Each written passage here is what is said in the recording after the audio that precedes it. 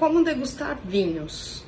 Essa é uma pergunta que sempre me ocorre e hoje eu vim aqui justamente para te ajudar a resolver esse problema. Meu nome é Gabriele Frison, eu sou sommelier e hoje a gente vai falar exatamente como degustar um vinho. Primeira coisa, uma taça adequada é sempre muito importante.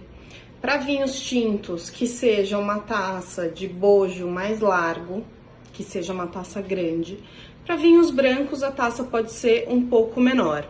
Eu não vou entrar no mérito ou nos detalhes de cada tipo de taça para cada tipo de vinho, mas basicamente uma taça maior para vinhos tintos e uma taça menor para vinhos brancos.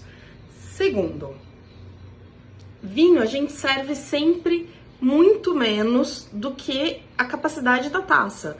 Ou seja, aqui eu servi para uma taça grande menos da parte mais larga da taça, ou seja, o serviço é sempre menor. Quanto maior a taça, menor a quantidade de vinho que é colocada dentro.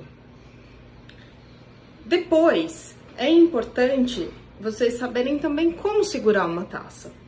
Sempre segurar ou pela haste ou pelo pé, mas nunca pelo bojo ou segurando assim porque você esquenta o vinho e assim porque realmente é deselegante.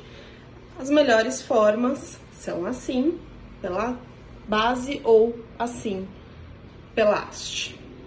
Depois, uma análise que é muito importante de ser feita é a análise visual do vinho. Então, observar a cor do vinho, se tem algum tipo de partícula em suspensão, se ele tem uma cor que remeta a um vinho mais jovem, então são essas cores que seguem uma paleta de rubros ou vermelhos intensos, no caso dos tintos, ou se já de vinhos mais envelhecidos, que segue aquela paleta de cores âmbar ou tijolo. Depois, a análise olfativa, que é sentir definitivamente os aromas do vinho. É importante agitar a taça, e por que os profissionais ou as pessoas do vinho agitam a taça? Não é por frescura nem nada, e sim porque nesse movimento de agitar a taça, eu consigo liberar mais aromas. Lembrando que aromas são compostos químicos voláteis, que compõem todos os outros componentes, além desses também, no vinho. O vinho é uma bebida bastante complexa, a gente não tá falando de algo tão simples em composição química, mas não significa que nada tenha sido adicionado, tudo é natural. Ou natural da uva, ou natural do processo pelo qual o vinho passou. Então aqui, agitando, nós conseguimos liberar esses aromas e conseguimos percebê-los. Os primeiros aromas que você vai conseguir identificar são os aromas de frutas. Então, são esses aromas que vão te remeter a frutas. É importante a gente saber que não é porque você não percebe os aromas que eles não estão ali ou que você tem algum tipo de problema.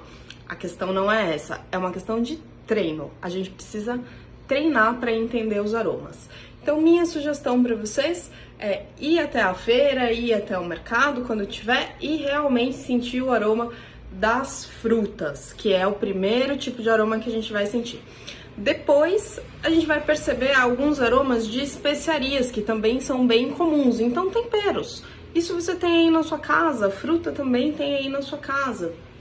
Sentir esses aromas. E isso vai ficando gravado na sua biblioteca aromática e da próxima vez que você for sentir os aromas de algum vinho, algum deles você vai reconhecer.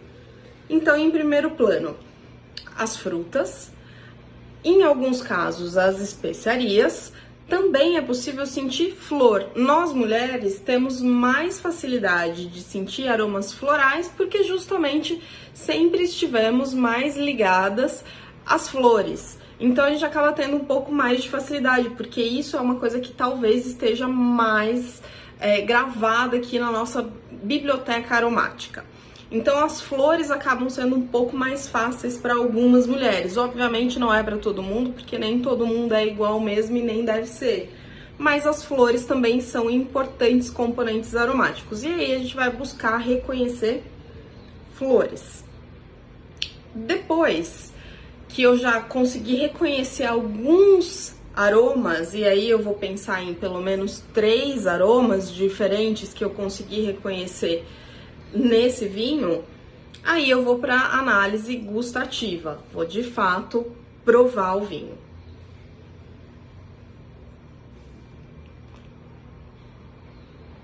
Quando eu provo o vinho, percebam que eu deixo ele escorrer por toda a minha boca. Eu deixo ele passar por toda a papila gustativa, por toda a boca, em cima da língua, embaixo da língua, na bochecha. E a dificuldade que eu tô tendo de falar agora é justamente porque tem um componente chamado acidez no vinho, que faz com que a gente salive muito.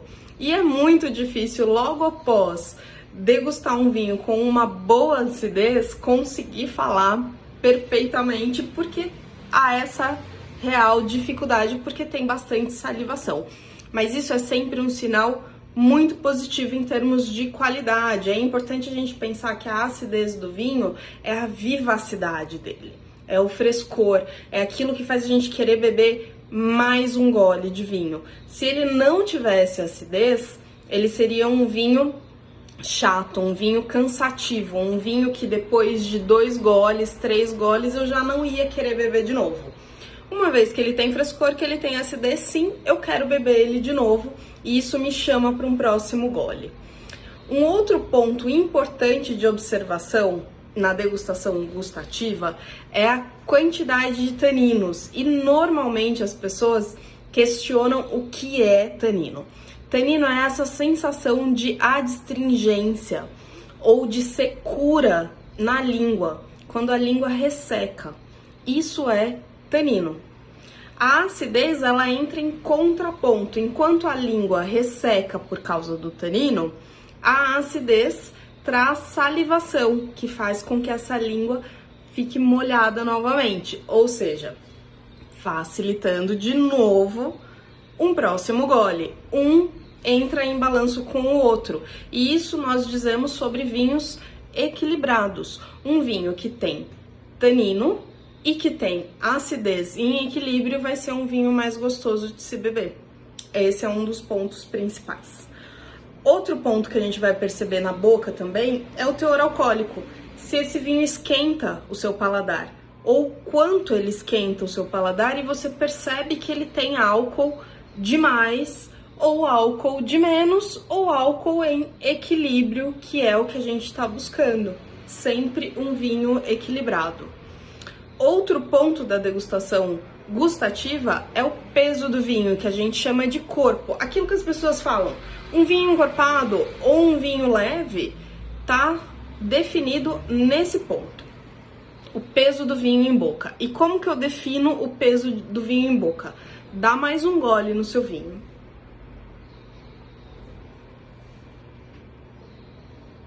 Com ele parado sobre a sua língua, você vai sentir qual é o peso desse vinho na sua língua. E aí você vai entender se é um vinho encorpado ou se é um vinho mais leve, ou se é um vinho de médio corpo.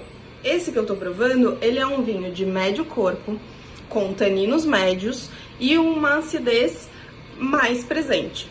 É um vinho muito agradável, ele é super equilibrado e extremamente gastronômico em função dessa acidez, especialmente, que é o que me dá um bom par para a comida. A acidez é fundamental quando a gente pensa em harmonização com comida.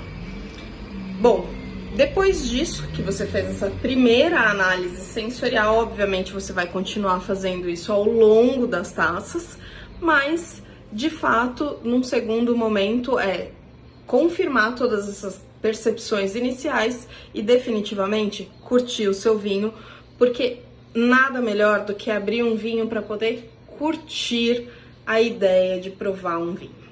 Saúde, até a próxima!